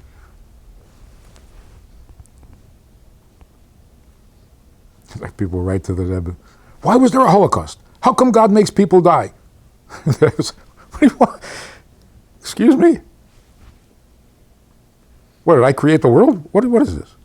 And did you create the world? Knock it off. All right, people say, how am I supposed to believe in God? I don't understand. Why does he do? Oh, you don't understand. You see how it messes you up? Well, I never saw God, so what? Oh, poor you. You never saw God. It only messes people up because there's a lot of things that people could believe. So if they don't understand one, why would they believe it? If the only reality is what I understand, then how are you supposed to choose? I'm not talking about Jews. I'm talking about in the world in general. How is somebody supposed to choose what to believe in? the first thing is, are you capable of believing? Or are you too hung up on what you think you know? Every person could believe, but No. See, what is an atheist? It's also a religion. Because? Because they have to believe that they don't believe. No. Because nothing is real unless I think so. Yeah, but I would understand everything, then why would I believe in Hashem? The only reason why I could believe in Hashem is because He's infinite and He's more than that. If my No, that's what you believe. Right, but why do you believe? You believe that He is more, infinite. Why do you believe that? Because He is. Because He is, not because it makes sense to But you. I'm saying if there's a lot of things you could believe, that's not the only thing you could believe, then you have to know. You have to understand in order to Right. believe. In other words, you have to find the emes. Exactly. You can't just... But you will never find emes. That's where I'm going to come in. You'll never find emes if you're judging it according to you. So what do you judge it according to? It's a good question. because he says this is God. He says this is God. Right. Right. So how do we know MS?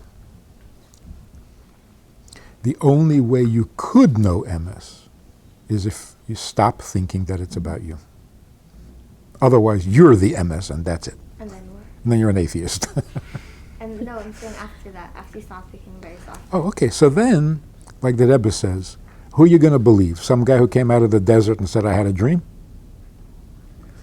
Or the millions of people who stood at Har Sinai? But then you're already also making a decision based on what you think. No. Yeah. Not based on what you think. Based on what happened.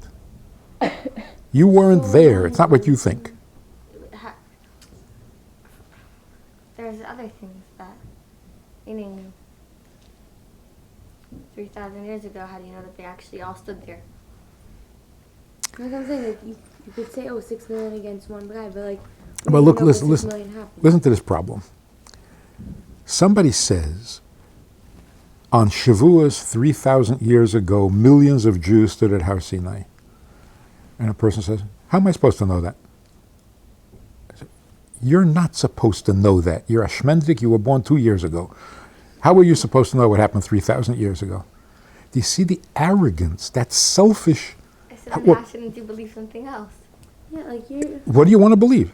So, no, I'm not talking about me. That's what I'm saying. You ask the person, what do you want to believe? Right, what do you want to believe? They have to make a decision based on some sort of knowledge, based on some sort of No, thought process. based on the claim, not on your feelings about it.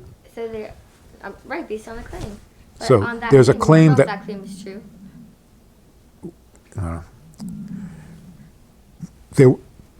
Was there a guy born in a stable, Probably, and his name is Yashka? probably. Of course. Was there a guy who came out of the desert and decided to make a new religion? Technically, you don't have to believe history. So that's it. If you don't believe history, you're being silly. No, I'm saying everything in history because there are a lot of things in history. There's the Especially interpretation. 3,000 years. That's like another level. There's the interpretation of history. That's a Right. different People story. look at facts and then they make this. Look at artifacts and then make the story. Yeah. So, was there a guy named Muhammad? Yeah. Yeah. Of course there was. Did he start a new religion? Yeah. Was there an event at Har Sinai? Yeah. No. So people say, well, I don't know. I know you don't know. You weren't there. What are you saying? I don't know. I didn't think you knew. What did this thing happen at Mount Sinai? We don't know. No one What do you knows. mean you don't know? It was You never heard? So It could be. how could it be that But it 6,000 started people were wrong about something that No, like it could Why be. look at what he obviously. started? So why would you think? He's also But like he was crazy. one person. One You second. can't claim someone's friend. Why would you think that it... No, it could be like details could be false. Like let's say. Yeah, it wasn't 2 million. It was 1.5 million. But did Har Sinai happen? What's the question? Why would you question it? You wouldn't. that would sound If you were like sane. such a big, No, there's like, no question that it lie happened. Make that it up, Right. but, like, 6,000 people. things Because Because it happened. because it happened, not because I think. Right. Okay. So what is the atheist? The atheist said, "Oh, I don't think so." You don't think so? But then what about Avram Avinu? You go back. What about him? I'm saying the one guy came up, Muhammad came up and preached a new religion. Yashka came up and preached a new religion. Avram also came up and said, this is a God, this is it. I'm saying if you wouldn't look at Har Sinai, if you would look at Avram was one person who came out and claimed God. Oh, that's why there had to be Har Sinai. So you can't just, but then, Otherwise, it would be Avram's religion, not the Ibishter's religion. so from Avram Avinu, doesn't it? Yeah. No. He forced it on us. The mountain. Let me give it. the mountain of Oh, you believe that? That part I believe. I don't think the whole thing happened, but that mountain over our heads, oh, that was Well, it's very nasty. If it did happen, That was then nasty. that happened too. Then, Of course. Then that's So listen to this. I don't know if we talked about this once before. A guy comes back from Australia. He's an explorer, and he says, "You know, there's an animal in Australia. It hops around on 2 feet, and the female carries its baby in a pocket. There's a pocket." And you say, "That is so weird. I'm not going to believe that." Or, hey, I'm not so naive. I'm too intelligent to believe such bubba mices. Is that intelligent? Is it? Why? Because anything could be. It's not about what you believe. So you should believe everything you hear? No, but give it a chance. Like, So maybe, yeah. No, about kangaroo. right? So if the explorer comes and says there's a kangaroo, and you say, well, maybe. No, you're not being intelligent. Imagine if the guy says to the explorer, are you kidding? I never heard of such a thing. What would the explorer say? So now you heard. Huh? So now you hear. I'm an explorer, hello. What's the job of an explorer? to discover things you never heard. Or imagine you say, I never saw anything like that. Right. Become an explorer. So what kind of argument is this? I never saw that. I never heard that. It's a stupid argument. So when the guy comes and says there is such an So animal, believe it, but you don't have to live by it. Like, oh my god. nobody's asking you to live by kangaroos. But I'm talking about the function of intelligence. The function of intelligence is you hear something new, you're thrilled. Live and learn. You just learned something new. And then they tell you don't believe anything you hear. I'm like, what do you want me to do, right? Like, that's why you say maybe to everything. And So you in college, you are taught not to believe anything unless you can prove it. It is so stupid. But that's science. So how can they prove monkeys? What? She's saying evolution. Oh, No, they're not. man. You might as well wait Downward till school. It's like So, what should an intelligent person do? Find the source. No.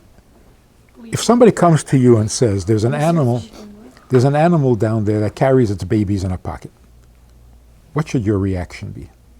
that's cool. I've never heard of it. Tell me more. How does it give birth? It lays an egg? Or doesn't? What kind of animal is it?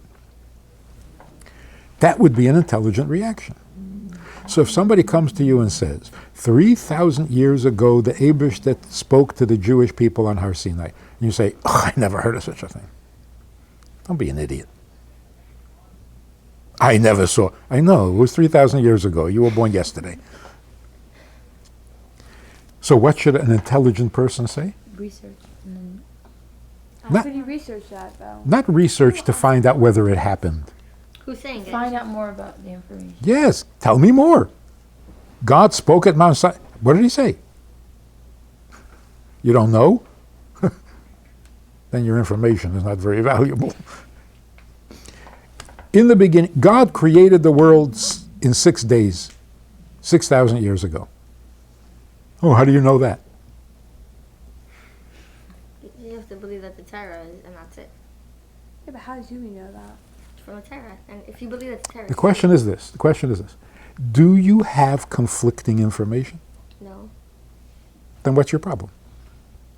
There's no Just problem. because there's nothing conflicting is There's not. no.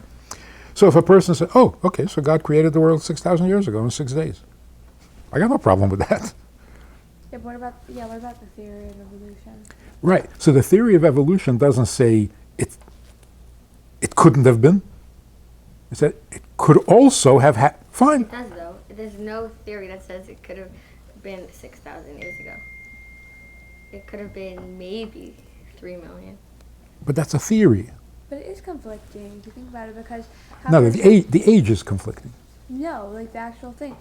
If Hashem created the world and then on the sixth day He created humans, then how could it be that they evolved from monkeys? It didn't evolve The- monkeys. That's the Evolving from monkeys is a theory, not a fact. So yes, it could have been, but it didn't. So going back to Har Sinai, the person says, the Eibishter spoke at Mount Sinai? No, I don't believe that. Why? The only way you can have an intelligent rejection of that is if you say, what? On Shavuos? That year? No. Shavuos that year, God was in Cleveland. Okay, now we got a problem. We don't know about that time. We don't know enough. So whatever you say is like, that's what could like. Yes. So if you have no intelligent reason, Then I would have known more. of course. It's not about you. Sorry about that. If we believe history, it's not my and fault, right I don't history is know. true, then how come there's like in history books there's not really any account of these events? Yeah, if it Did was people- so did mega, are you people- kidding me? They could have written that down. Did people just want to admit it from history So, books? so first of all, if we looked, I'm sure we Not a would find. history What book. about even Chris Yom stuff? How come Technically it is. there's no It's like your hair. accounting? If it really happened and every cup If was we looked, we would find. in history books, Absolutely. so how come it's still not existent? Not in popular history books, because they just started recently. So I'm thinking But in that- ancient traditions, you're going to find, like in Switzerland, in the Nordic countries, they have this myth or this story that they pass down about a flood that wiped out the whole world. So somebody once said, "Oh, you see, Torah's not true. That's a story everybody tells." So excuse me, if it happened, everybody tells the story. What kind of argument is that? So actually, I'm in a movie, a documentary, that a guy in Minnesota made, finding evidence for every part of the story of Yetzias Mitzrayim. Everybody said, "Heck, it's not in the history books." What, you want Egypt to write it in their history book? They did. You just have to look for it. But it's all there. So the simple conclusion is, if you don't have an intelligent reason to reject something, then you learn something new. And what's going to happen if later you're going to find out that it's not true? Then you learned another thing. But to say, no, I don't believe anything unless you give me proof, you would still be living in caves. Why? Because you could get proof for a lot of things. You don't need, that's what I'm saying, you're not dependent. Not about that. It's about It's intelligence, not proof. well, same thing See, with if we had proof, You want listen, proof because you have to live by it. no. You want proof because somebody once lied to you and you're now terrified. It's an emotional weakness. Oh, no, I'm not going to believe that. Because you were once embarrassed for being naive? why you could want proof just because it's something that proves the fact. It's not. You don't need it. Intelligence means I can understand things. You don't have to show it to me. Because if everything I know is what I see and measure and touch, I don't need intelligence. Animals can do that too. So you don't need intelligence, but you want to prove everything that you want, that you learn, that you know. Why? Because you're insecure? It has nothing to do with insecurity. It does. It has to do with whatever you know that you're able to It's like someone Your tells life you, revolves "Dude, around it, though." go to the top of the mountain and I don't know what every day. Like, why should I do that? Okay, that's a very good question. But it's a separate question from did it happen? Well, they're saying do that because we're doing this in memory of this, of Right. Karbanis, whatever. How do I know the Karbanis happened? It's a chain. That question is illegitimate. It happened, whether you know it or not. The question is, so what? So what happened? I'm not interested. Same thing with, I can't believe in God because then I'm going to have to follow. No. There are plenty of people who believe in God and they don't follow anything. So it's two separate questions. So when somebody says to you, why do you believe in God? He's not asking you to prove that there's a God. What he's saying is, so what? Why are you so caught up with this? Okay, so God created the world. So what? because then it affects the whole world Why? because he created the world. So, What's the so? created the world for me. It's not about you. So I do it my way. Why do you have to do it his way? So when they Why can't say you just be like, when they say why do you believe, they really mean why do you care? Wait, but why do people like? So God gave the Torah anyway, 3,000. Yeah. So God gave the Torah 3,000 years ago. That's why you can't eat pork? Do what you want. Yeah, why don't you? Because it's not about you. well, it is But like, about you me could right live now. your life. Yeah, exactly. You No, could live your but- life without God. No, but I'm It's fine, saying, without Torah. don't prove that there's a God. That's not the question. That there is a God is a well-established fact. The question is, so what? So what? So you have to change your whole life because there's a God? I mean, it's not about you. Don't do that. So But you can't see him. the fact that God created the world is not simply a fact. It's a romantic involvement. That's why it matters. God created the world? Good. Thank you. Once a year I'll do a sacrifice for you. I'll give you a goat or something. But what? It's not God created the world. God needs you more than you need him. So why do you care? What kind of question is that? If he really needed you, you would feel it. Like if someone needs you, like, you know, your little sister needs you to, I don't know, whatever, tie her shoe or something, you know you gotta be there. Or like she's waking up, you have to get up. Like, I guess you Yes. do feel it eventually, but I don't know. But that's why It'll we be need more urgent. that's why we need a Torah to tell us. Yeah, what about people who don't have Torah? What do? They're fine. They're okay. Who? People who are not religious, Yeah. people who don't follow the Torah or don't know about like what the Torah says about how to live your life. Huh? They live their life perfectly fine, and they're happy. So like, and some people are happy. Not everyone, obviously, but why? So why do we need the Torah for people to be perfectly happy without it? They're not. Nobody's happy without it. How? But like, you see people like. Or have like a nice balance. think they're happy, Exactly. but they're You don't have to not. be a How could you say that? Fanatic, Though? Happy like- is relative. Like, not fanatic, for but, some like, people, happiness I is do like. Why can't you just do both Well, you and think be a happy, chill person? happiness. Like, Yeah, that's fine. Other people don't. oh, great. Okay, fine.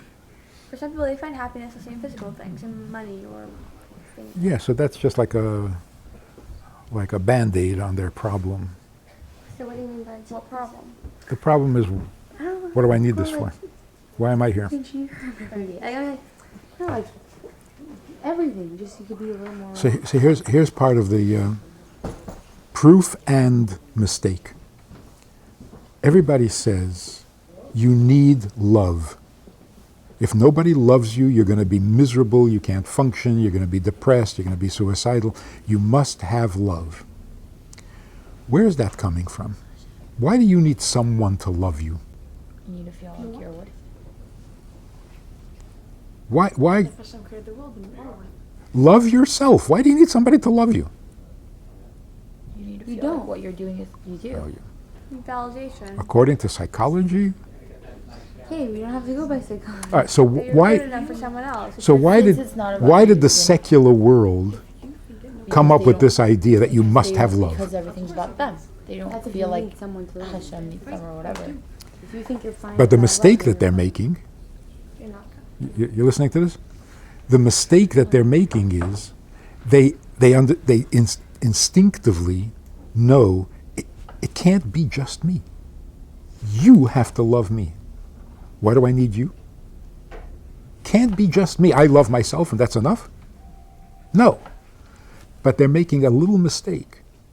I don't need you to love me. I don't.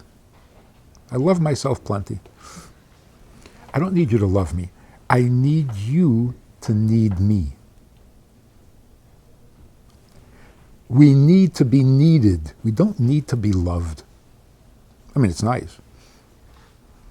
But we don't need to be loved. We need to be needed. Why? Because it's not about me. So if I don't need to be born, and the Eibishter doesn't need me to be born, then what's going on?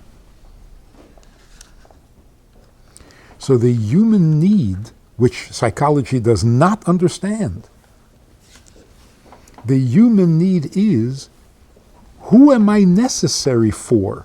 I'm not necessary for myself. So if you really need me, it gives me a purpose. If he really needs me, wow. Amazing purpose. Make sense?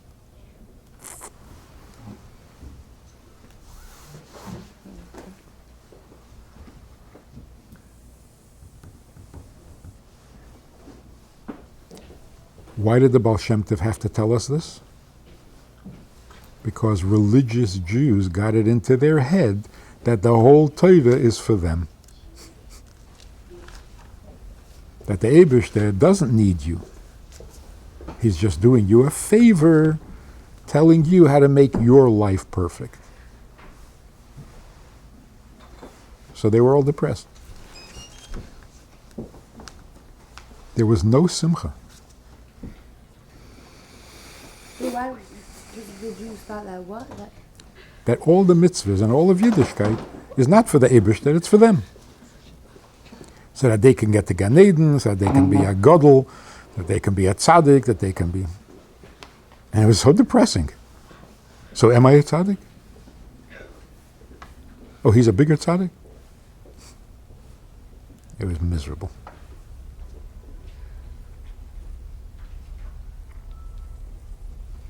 So what does it mean to be chilled? I don't know. I was thinking about. I don't know. Whatever. Like. To be chilled means I'm not doing anything special. This is just the way things are. Relax. So when a Jew puts on tefillin, it's like, oh, what? Oh, he's just being Jewish. What are you getting excited about? Oh wow, he must really be religious. No, he's not. He's just a Jew. That's what Jews do. Chill. No, I don't mean like. I mean like you could be like if you're gonna do Jewish stuff, be excited about it. Like have a good time with it. Or just don't be like, take it natural. Don't make an issue. But it's boring when it's just natural. No, it's not. It's like breathing. Breathing is boring? Try not to. See, and that's what Mashiach is going to do. When Mashiach comes, all the mitzvahs are going to be just natural. I mean, a religious Jew, a non-religious Jew. Just Jews, Jewish. I'm saying you want life to be exciting. Sometimes stuff like you want to only do Jewish stuff when it's exciting. What is exciting? Hand gliding? Yes. Jumping No, out of an I airplane? actually- It's exciting? When you're 16, yes. When you get to the age of 40 and you realize what life really is, you don't want to jump out of a plane anymore. Yeah, you do. That's the fact that you like hurt yourself. Ask any adult if they want to jump My out of a mother plane. My fine. mom's doing it Okay. with me. No, there's this 98-year-old guy. Yeah, he did it. The Really? oldest, the oldest Skydived? man alive who did it. He skydived. I think he was a survivor. Am I mixing two stories here? Oldest woman was 92. And she survived? Wow. No, the oldest person to jump out of a plane. He's got to be nuts. Not the oldest person in the world. He thought it was very exciting. I agree. I'm glad he didn't have a heart attack. It's a little dangerous for a guy that age. From the excitement alone, you can die. How is that exciting though? Like you could. Oh yeah, it's exciting Because How? the Why? Adrenaline. because it blows your fuses. The adrenaline and Feeling like being on top of the world and flying, and it's the sea. But that's a different kind of excitement. That's an excitement because you're doing something unnecessary, unusual. I'm saying like even like going on Mitzvayim and giving out Shaw's candles, like for me I'm excited to light after because I like advertised it or encourage other people. If I'm just gonna go light, I don't wanna do that. Like you know what I'm saying? Like I have to make it exciting for myself. So what is the most exciting? Like holy exciting or just exciting? No, exciting. Friends. going out, traveling. For me. There's exciting and there's pleasurable. What's exciting? Nobody's going to ask you what's the most pleasurable. Like a wedding is exciting. Yeah? Like you mean like a feeling of excitement, like I'm anticipating? No, an overwhelming feeling of. If you go on Miftzayim and you give somebody candles, and then she writes to you and says, "You've changed my life." It's not exciting. It's exciting, but it's like more like moving than exciting. It is. It is for us the most exciting thing. There was this guy who was not a Lubavitcher, who says that this Lubavitcher guy came to some place and he had the opportunity to put on tefillin with this guy. And you know what that means to a Lubavitcher. So the world knows that we have this crazy thing that, what, if you could put on tefillin with somebody? Most exciting. In other words, when you know that you are serving someone else, it is more exciting than anything you can do for yourself. It is. And the Rebbe did that to us. Without Chassidus, without the Rebbe, yeah, so what did that do for me? So I'll put on tefillin with the guy, so what will that do for me? A Chassid doesn't ask that question. What will it do for me? Nothing. You're a worthless being. Can you at least be helpful?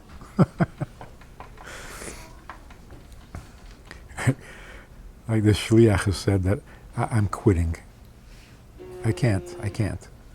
I feel like such a hypocrite. I'm telling everybody else to get better, and can't stand my hypocrisy. So I'm going to quit. So I said to him, first of all, if you quit, you'll stop being a hypocrite? Mm-hmm. No. Yeah. No. Because you're not teaching people things that you're not doing. But you're a hypocrite. You know what I'm saying? Whether you're showing it or not. By being a shliach, you're showing your hypocrisy. But you're a hypocrite. No, the fact, if you're not teaching, you're not being a hypocrite because you're not teaching something. No, hypocrisy is a personality trait. Whether you do it or don't do it. You know what I'm saying? You're a dishonest person. So even if you don't do it, you're still a hypocrite. Like even if you're not lying about this, you're still a liar. So I say you're still going to be a hypocrite, but you won't even be useful. So the Rebbe sent you on shlichus to say, look, as long as you're a hypocrite, can you at least be useful? So you think the Rebbe didn't know you're a hypocrite? And before a shliach goes on shlichus, they test you to see if you're a hypocrite? No. Why? I know you're a hypocrite. What do you want to do? Spend the rest of your life trying not to be a hypocrite? That's a good purpose in life. Yeah. Not purpose, like work on Work on yourself. Don't just be like, oh, I'm a hypocrite, I'm going to use it and Right. Instead, spend years making yourself not a hypocrite. And you succeed. I am not a hypocrite anymore. Well, good for you. That is so petty. That is so like, on this you spent years?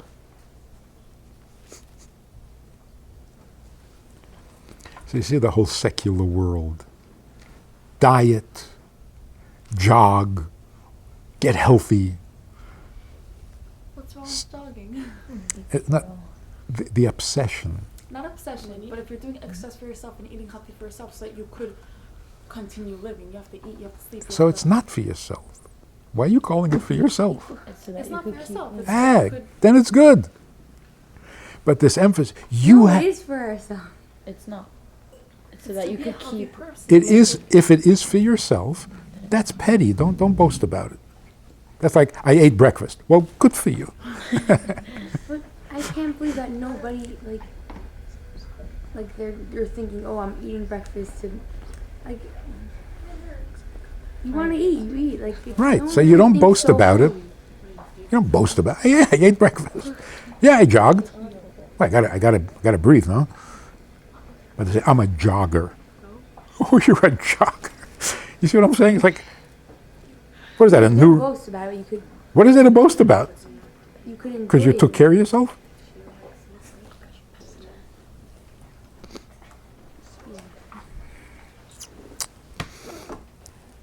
Anyway, we should continue, no? What do you have to go back for? We're going back so we can You take want a to see my test by Tanya notes? This memorizing. is my Tanya notebook. Okay, this so much of stuff. And Thank you. like it's interesting, but This it's is- very like words. So we should go through that whole page, sentence by sentence, and see what it really means.